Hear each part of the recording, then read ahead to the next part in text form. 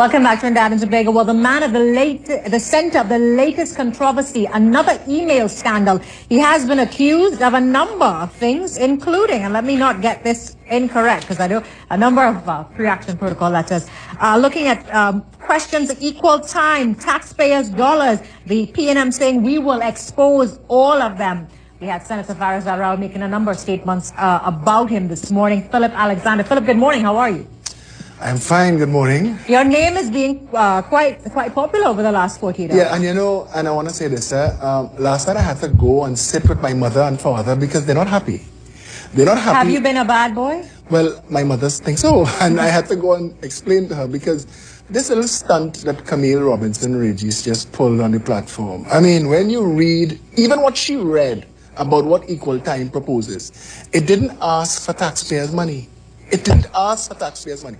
All it asked for was time. That's all it asked for. The $75,000 a month. That is a different thing. That is a whole other thing. We do work for hundreds of companies. That is me in my professional capacity. And I asked Denise Wren when she called me to interview me on the telephone. I said, Denise, how is any of this news? And she says, well, I don't know, but they told me to call you. And who is they? Denise, you have to invite her. But the point of the matter is, this is the kind of politics the PNM now under Keith Rowley is practicing. I watched this bitter thug, and I want to call him Let's that. not use derogatory terms. But he's bitter. But look at how he spoke to, through the platform, through the media, the central bank governor, with a snarl and spittle flying out of his mouth. What takes place on the political pulpit? You know, it's a lot of rhetoric, and they're playing. Okay, but then you look at him in the parliament, he's the same way. Keith Rowley's a bitter man, and it is framing the conversation. Everything that's coming out of that side is so angry. Listening to Faris here this morning, I wanted to call my family and say, pack everything, we leave in Trinidad is on fire. But you turn around and you check the country, this studio I'm sitting in, the owners of this company, every year they break a record as to how much better they're doing than the year before. Trinidad is doing well. Trinidadians are happy. And I think, and I want to tell Faris this, all of these people that he's hiding behind him, the Fitzgerald Hines, the snarling Hines, and Camille Robinson Regis, Keith Rowley, they all hide behind Faris. Faris's job is to put a pretty face on a very ugly party. Now, looking at the role of the PRO in that, a number of statements have been made. Let's start with the racist placards. Are you linked to that scandal? Have you been questioned by the police? Did you put two people with racist placards outside the waterfront? All of a sudden, to the PNM, Phillip is a target. And I'll tell you why. Because I wouldn't let them throw down Anil Roberts. And that's not to say that Anil Roberts does not have questions to answer. I'm saying that Faris Al-Rawi and the PNM are not judge, jury, and executioner. This is not Gestapo time, where you make a decision on somebody and there is no due process. Faris, as an officer of the court, ought to know better. And the reality of the situation is, all of a sudden, all of these things are happening. If this were a PNM minister, would you feel differently? If we, a PNM government, were in position. We live in a country where the rule of law is underpinned by the maxim, he who alleges must prove. But the PNM goes beyond that. He who alleges must judge. He who alleges must execute. They've built, outside of Section 34, the PNM is dead. No. They have nothing.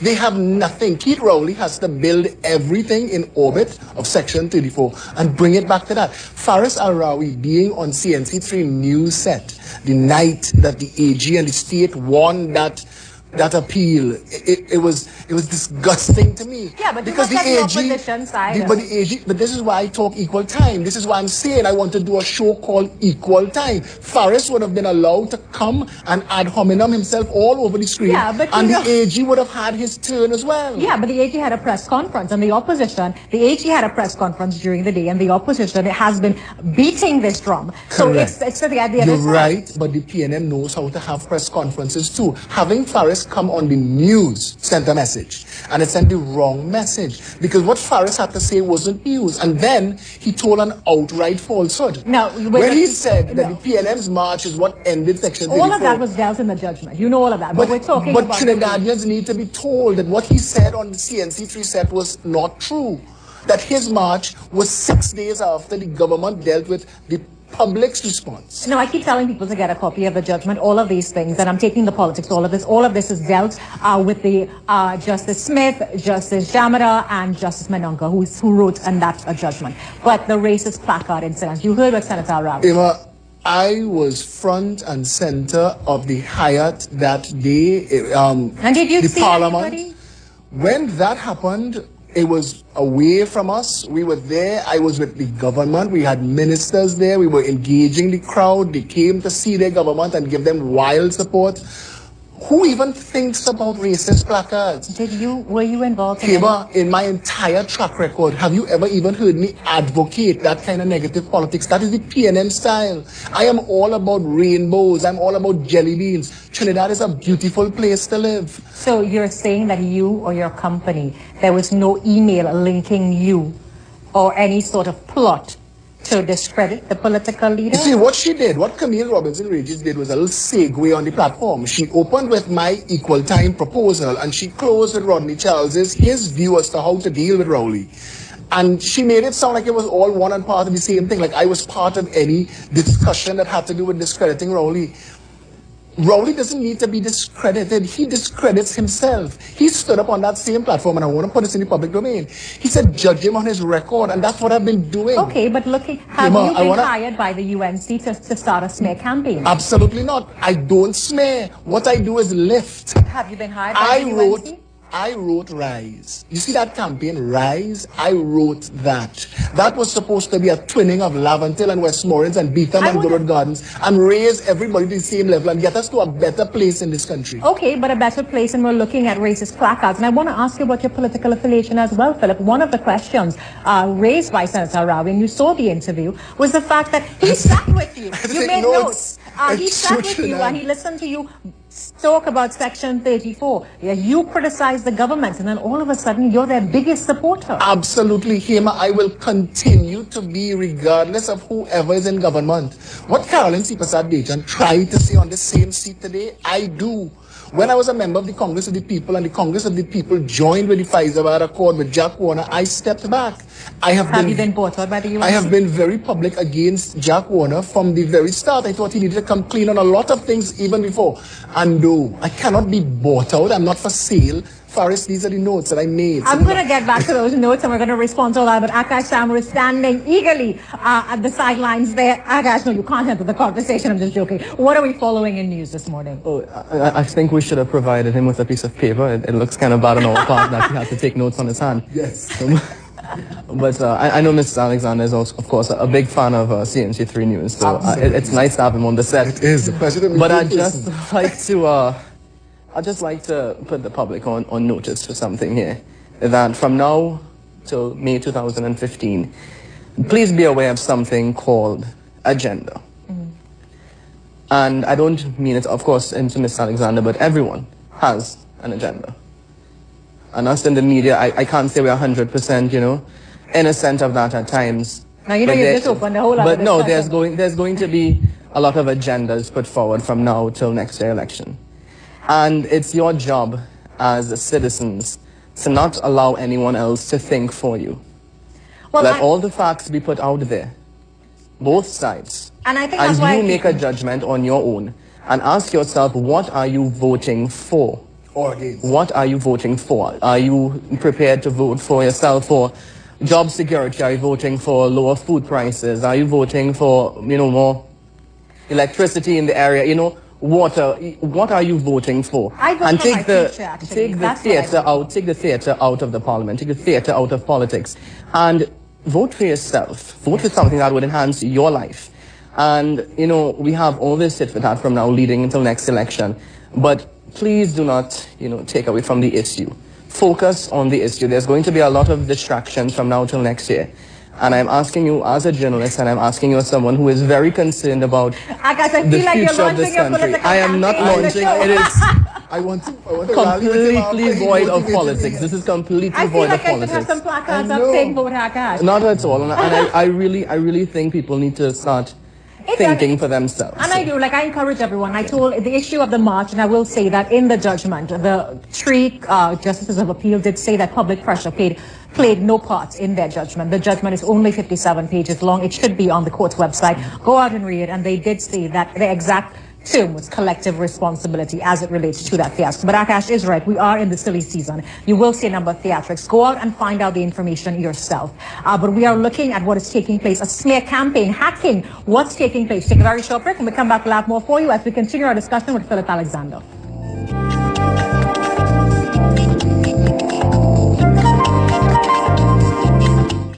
Woodville Warehouse Blowout Sale starts now. Cribs and playpens from 600.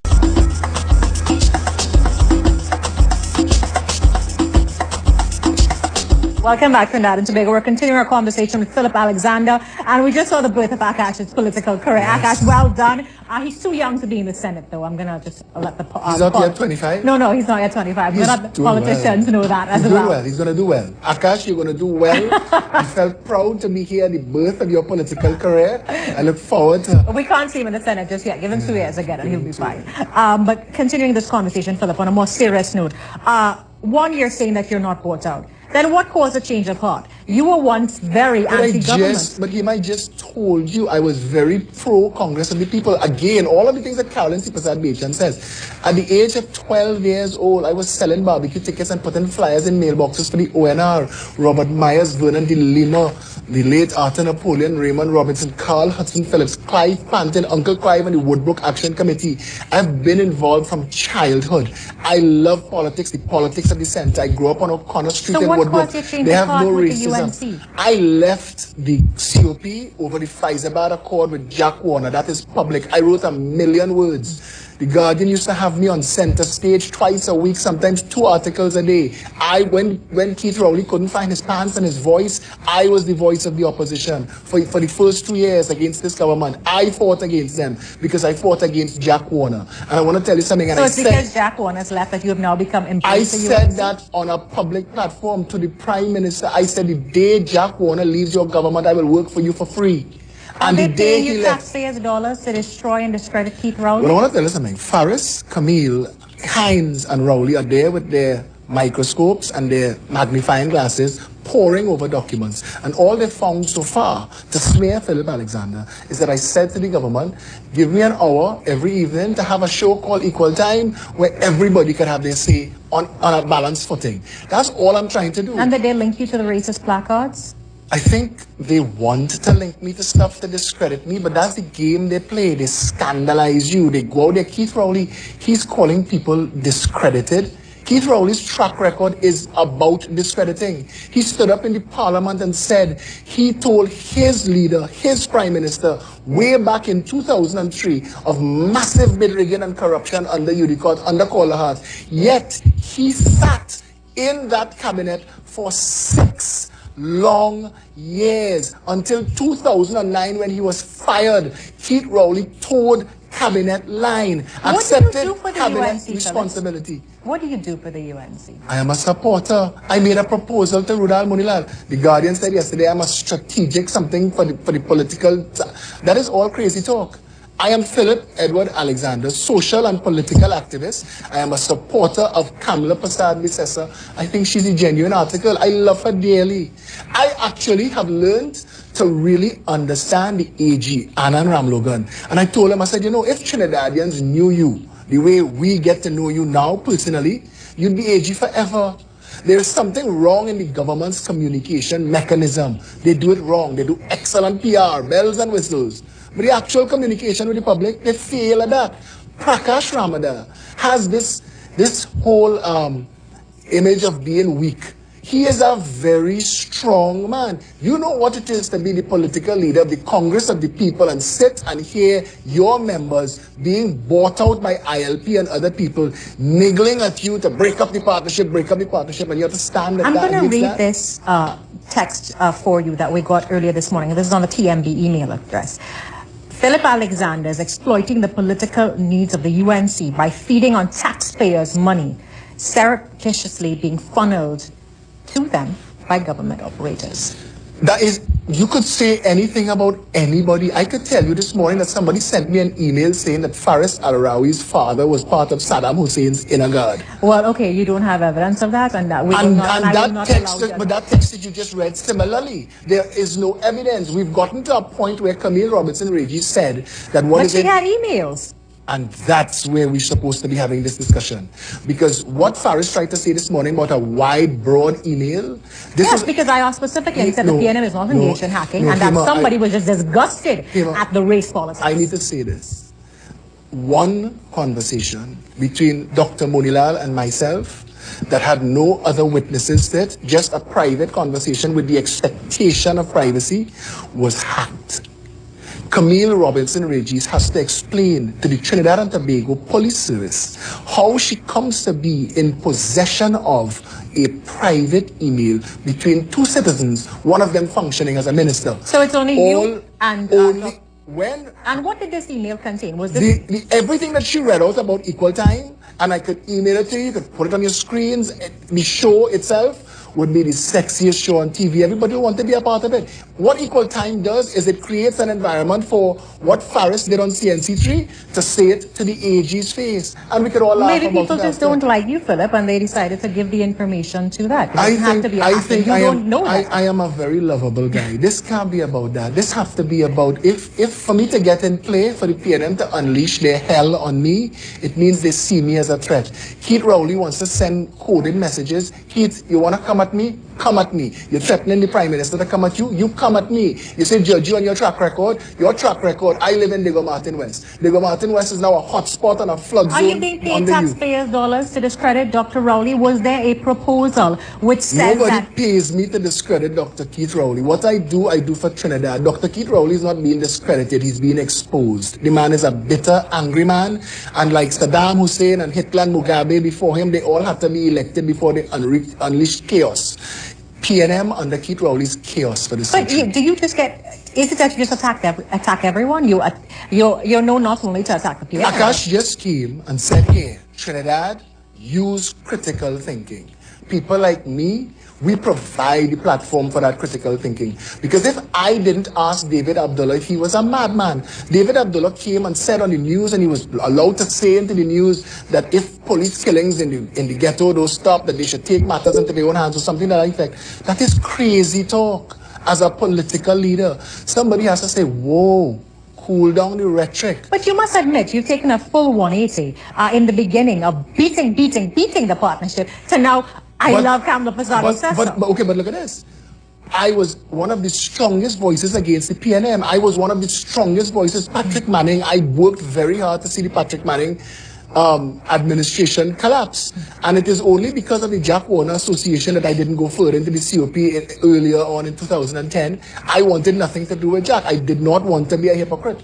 Now I think that what is there, I look at a government and a prime minister, you can't have it both ways. Faris wanted to say, she fired 20 people. But if she didn't fire people, what would he say then? 3 months before she was a number of allegations were made by Faris this morning, and you made a list of them. One, do you have any evidence? Wait, I want to say this. Faris has the luxury of renting the state a building that nobody could use. And he collects rent every month. This is not about Senator Rawi. We're looking at the fact. But he gets to say. We're looking at... and the media gets to ask questions that I want to ask questions about 1 Alexandra Street. Those questions were answered in the parliamentary chamber. He needs to answer them here. There's no privilege. I'm here. He can ask me what he wants. He made his little interview with you about me. I want to ask Faris, let's debate. I'll go Balize house. I want to debate Keith Rowley so bad. Looking at let me ask you this final question. The racist placards. Were you involved in planting? Did you pay anyone to do it? Kema, I could never, and I reject totally and out of hand this nasty slander by the PNM. I want to tell you something. Under Keith Rowley, this bitterness and anger and fighting down everybody, Trinidad is going to end up as a chaotic little place if we don't stop this. His anti-government march failed. His election campaign internally, he got less than 14% of the turnout. The message that is being sent to Keith Rowley is, cool it, brother. But he won with a landslide, and he's also a landslide. We have a couple minutes. If mud falls from my heel onto my shoes, I could call it a landslide. Yeah, but if the litmus test of any political leader is victory at the polls, he has 3 under his belt. Let's see real. Those are not PNM victories. Were it not for the ILP splitting the vote, PNM would still be holding on to their nothing and calling and throwing rocks against the government. The PNM is failing every step of the way. Were it not for Section 34, you tell them. Tell Faris from today, for the next 12 months, don't say Section 34, and let me hear what you can talk about. Let's wrap this interview, Philip. We are out of time. 10 seconds. Closing comments. Anything outside of the People's Partnership right now is chaos. That's the closing comments there from Phillip Alexander, man at the center, saying no. His police investigation has now been launched. He's not involved in the racist activity, saying that he sent and that no taxpayers' dollars are being paid to him or his firm. Am I correct to say that? To any smear campaign on the... But did you send a proposal? Hema, they could never find a document from me that says, let's smear anybody. I'm all about raising this country. I'm all about raising people. I even tell Faris that this morning. I wish I had one of those fancy things from my pocket, just like that. We're taking a very short break. When we come back, Trade and Investment Convention, stay with us.